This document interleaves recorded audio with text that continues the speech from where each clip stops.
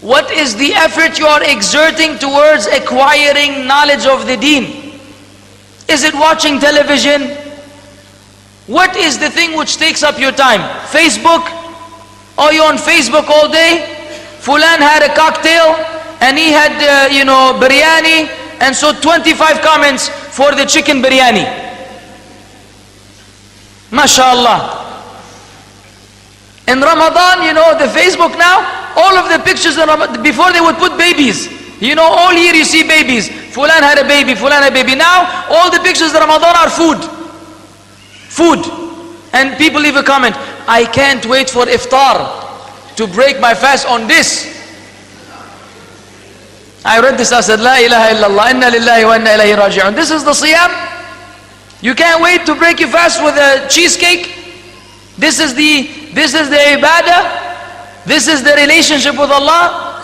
Dreaming about food. We don't deny Allah made it halal. And if it comes to you, enjoy it.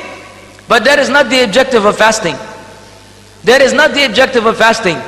So this time which we waste on nonsense, absolute nonsense, had we utilized it to learn the deen, wallahi, half of us or even all of us would be way more knowledgeable than we are right now. I'm sure you have knowledge, but you will be even more knowledgeable if every time we spent wasting, we spent it in learning the deen. This is the first step. Next time you want to put a post on Facebook or on some Twitter or whatever, say no, time out. Go get a book, go get an ayah from the book of Allah and read the tafsir. Read the interpretation. Many people, in fact almost all Muslims have memorized Qul Huwallahu Ahad. Everybody knows it. But how many people can translate it to English? The whole thing. Not that many. Most people say Qul Huwallahu Ahad, say Allah is one. طيب ماشي, we will accept that, even though that is not an accurate translation. Allahu Samad. Pause. Samad. Samad. What is the English word for Samad? What is the meaning of Samad in Arabic? How many can answer? This is Surah Al-Ikhlas. This is one surah, so small surah at the end of the book of Allah, which you recite very often. It's equal to 1/3 of the Quran in terms of the content that it has. And yet, maybe 80% of Muslims don't know what Samad means in Arabic. Forget about the English translation.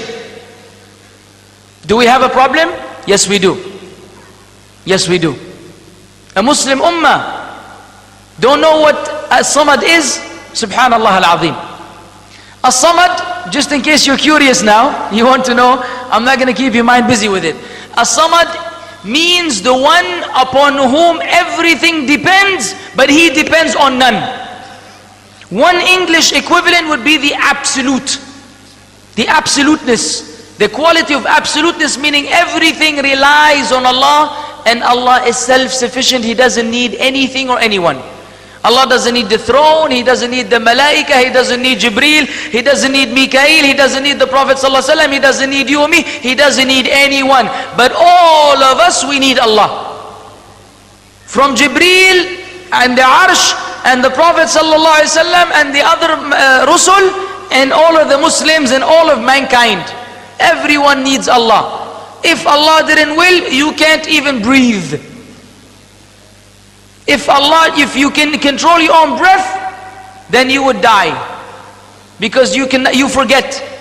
You don't have to think about breathing. If you had to control your own breath, that means you have to think every time you inhale and exhale.